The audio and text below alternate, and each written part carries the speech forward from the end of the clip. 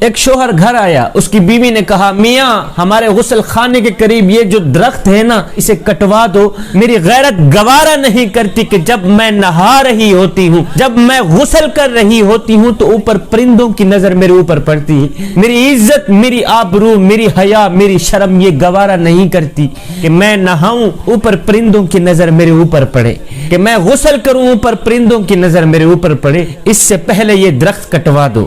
یہ سن کر شوہر بیوی کی اس بات سے بڑا ہی متاثر ہوا، دونوں ہاتھ اٹھائے، عرض کی شکر ہے میرے مالک، تو نے ایک نیک بیوی میرے نصیب میں لکھی ہے۔ خیر شوہر نے وہ غسل خانے کے قریب والا درخت کٹوا دیا۔ وقت گزرتا گیا، زندگی کے دن گزرتے گئے۔ ایک دن شوہر خلاف معمول اچانک اپنے گھر آیا تو دیکھ کر کانپ اٹھا کہ بیوی کسی غیر محرم مرد کے ساتھ کھڑی ہنسی مذاق کر رہی۔ یہ دیکھ کر شوہر کو بہت ہی دکھ ہوا، بہت ہی دکھ ہوا، یہ دکھ برداشت نہ کر پایا۔ بیوی کا یہ سین دیکھ کر شوہر نے کیا کیا، اپنا گھر چھوڑ کر شہر بغداد چلا گیا۔ وہاں جا کر اس نے اپنا کاروبار شروع کر دیا۔ اللہ تعالیٰ نے اس کے کاروبار میں خوب برکت ڈالی کہ وہ دن بدن ترقی کرتا گیا۔ وہ اپنے کاروبار کے چمکنے کی بدولت بغداد کے بڑے بڑے بزنس مین لوگوں میں شمار ہونے لگا۔ اب شہر بغداد والے اسے ایک بڑے بزنس مین کے نام سے پکارا کرتے تھے۔ کم ہی دنوں میں اس شخص نے اتنی ترقی کی کہ بغداد کے کوتوال تک رسائی حاصل کر لی۔ ایک دن کوتوال کے گھر چوری ہو گئی۔ پولیس نے مجرم کا سراغ لگانے اور پکڑنے کی بہت کوشش کی مگر ناکام رہی۔ اس بزنس مین نے دیکھا کہ کوتوال کے گھر ایک شیخ آتا جاتا رہتا اور کوتوال اس شیخ کی بے حد عزت اور تعظیم کیا کرتے تھے، لیکن اس بات سے بزنس مین کو سمجھ نہیں آتی تھی کہ شیخ پورا پیر زمین پہ رکھ کے نہیں چلتا تھا، آدھا پیر زمین پہ رکھ کے چلتا تھا۔ پتہ نہیں کیوں آخر شیخ پورا پاؤں زمین پہ رکھ کے کیوں نہیں چلتا۔ جب اس بزنس مین نے کسی سے اس شیخ کی وجہ پوچھی کہ شیخ پورا پاؤں زمین پہ رکھ کے کیوں نہیں چلتا، وجہ کیا ہے، تو اسے بتایا گیا کہ شیخ پورا پاؤں زمین پہ اس لیے نہیں رکھتے کہ کہیں کیڑے مکوڑے نہ کچلے جائیں۔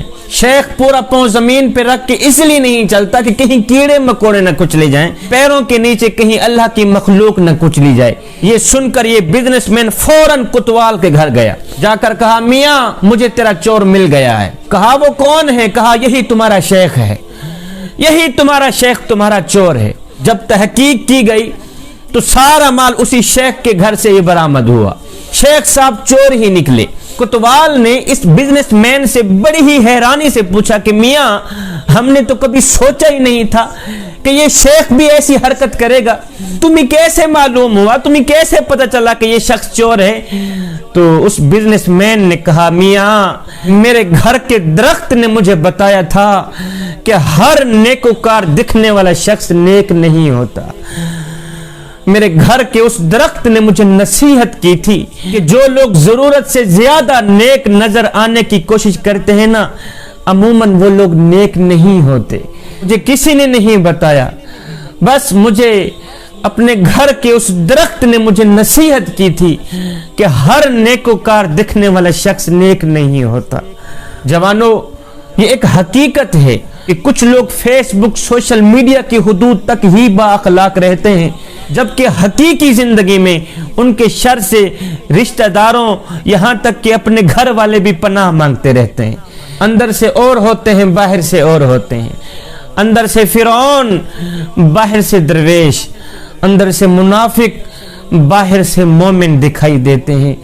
جوانوں، نام لیتے ہیں وہ حسین کا، نقل کرتے ہیں یزید کی۔ وہ لوگ مرنا مدینے میں چاہتے ہیں لیکن انجوائے کافروں کو ملک میں کر رہے ہوتے ہیں۔ نہ میاں نہ، اندر سے بھی ایک بن جا، باہر سے بھی ایک بن جا، اپنا ایک ہی حلیہ رکھ، اپنا ایک ہی انداز رکھ۔ میرا اللہ فرماتا ہے یا ایھا الذین آمنوا ادخلوا فی السلم کافہ، اے ایمان والو پورے کے پورے اسلام میں داخل ہو جاؤ، پورے کے پورے مکمل طور پر اسلام میں داخل ہو جاؤ، یعنی آدھے تتر اور آدھے بٹیر بن کر نہ رہو۔